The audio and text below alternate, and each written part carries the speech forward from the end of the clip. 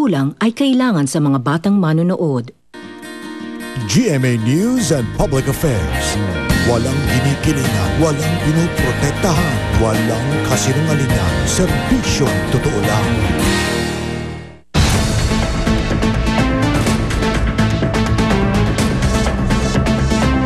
Sa investigador ngayong gabi, aming ibibisto sa inyo. Donasyon para sa mga biktima ng kalamidad susuriin. Yung Typhoon Sendong naman, 2011, ang nakalap na pondo 3.4 million. Ang naibigay, walang butal, 2.5 million. So may natirang 900 plus thousand. Tanong din kung nasaan napunta ito. So when I will request for all the receipts of the donations and the disbursement, you will give it to me? No. My answer is we can, that's fine. But if we have people who we are able to present that. Mga baka nag-ahari sa isang exclusive subdivision. So, nadadaanan na ng sasakyan, papasok sa opisina. Ang sasakyan mo, dala-dala yung dumi na nakadikit sa gulong. Puhulihin yung mga baka, ikulong. Wala naman po kaming holding area. Hindi naman po kami nag-review sa kanila. Huwag po sana kami permission. Mantikang gamit na, muling ibinebenta. Sa restaurant na po ang pinagpupuhanan nila, convenience store at saka sa mga fast food. Paliwanag po sa amin, sir, nung nabilihan ko ng mantika, kailangan daw po nilang lutuin para maganda po ang resulta ng mantika na hindi po halatang used oil na yung binibenta nila.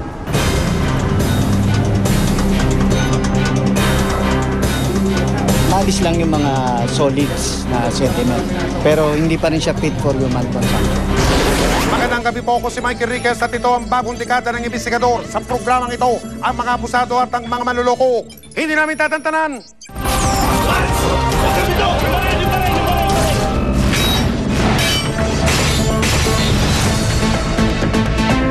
Mantikang gamit na pinagtsatsagang ipunin para muling maibenta.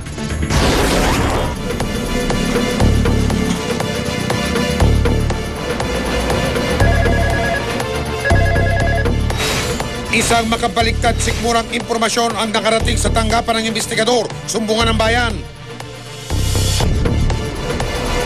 Sa kahabaan daw ng Road 10 sa Tondo, Maynila, may mga pwestong pugad ng kadugyutan.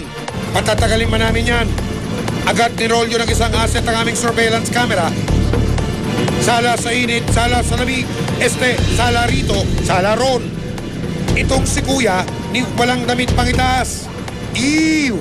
Proseso po ng pag-recycle, sir. Una, sinasala nila. Pangalawa, niluluto po. Pangatlo, sinanggal po yung mga bobo. Ano raw? Naku po, kaya pala panay ang sala kung ano-ano na ang lumulutang sa gamit ng mantika. Paliwanag po sa amin, sir, nung nabilihan ko ng mantika, kailangan daw po nilang lutuin para maganda po ang resulta ng mantika na hindi po halatang used oil na yung binibenta nila. Gets mo na? Ang specialty pala ni na Kuya, pagre-recycle ng mantika. Pinagahalo-halo raw ang gamit ng mantika na nakukuha mula sa ilang tindahan at restaurant para initin muli at i-recycle. Binabanggit niya po sa akin, mga restaurant na po ang pinagpupuhanan nila sa mga convenience store at saka sa mga fast food. Nakakontrata daw po sila doon. Sila daw po yung tinitext ng gwardiya o kaya yung mga crew pag may stock na po na mga used oil and then kinukuha po nila, binabayaran po nila yun. Ang nagsisilbi nilang kawa ay ang gamit ng container ng mga dilatang cooking oil. At ang sandok na ginagamit, PVC pipe. Nako Kuya, hindi ba matutunaw yan sa iniinit yung mantika? Yun na!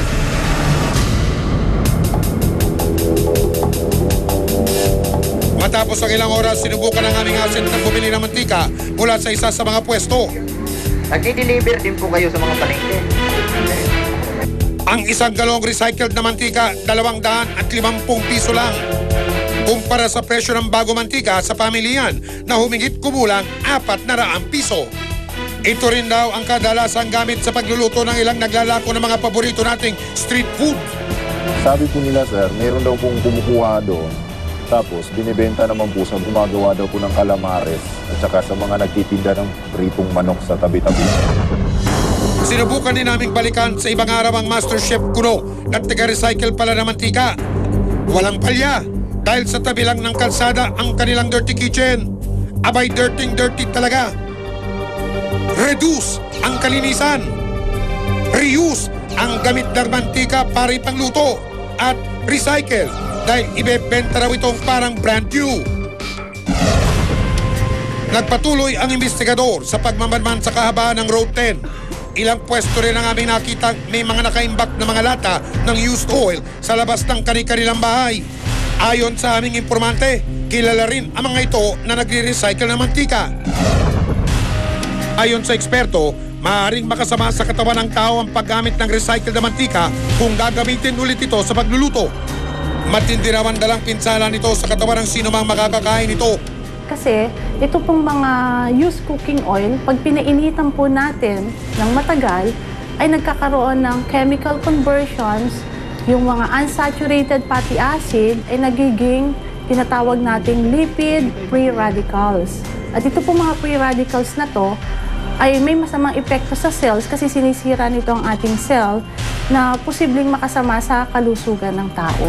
Pero kung unang beses na gamit mo pa lang at sobrang taas ang temperature mo at nag-ibang kulay niya, from a transparent color, naging dark brown or black, that's a sign na hindi na maganda yung cooking oil. So hindi ako mag-a-agree na pwede mong gamitin siya for 7 times. Nasa sa ating discretion yan. Pag nag-iba ang kulay, nag-iba ang amoy, huwag na natin uli siyang gagamitin.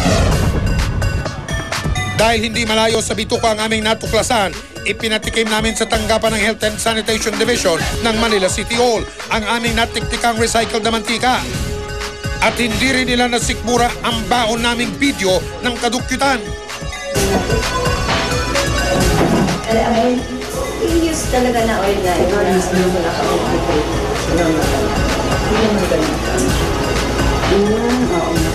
Susunod ang paggalugad ng mga operatiba sa mga imbaka ng recycled na mantika.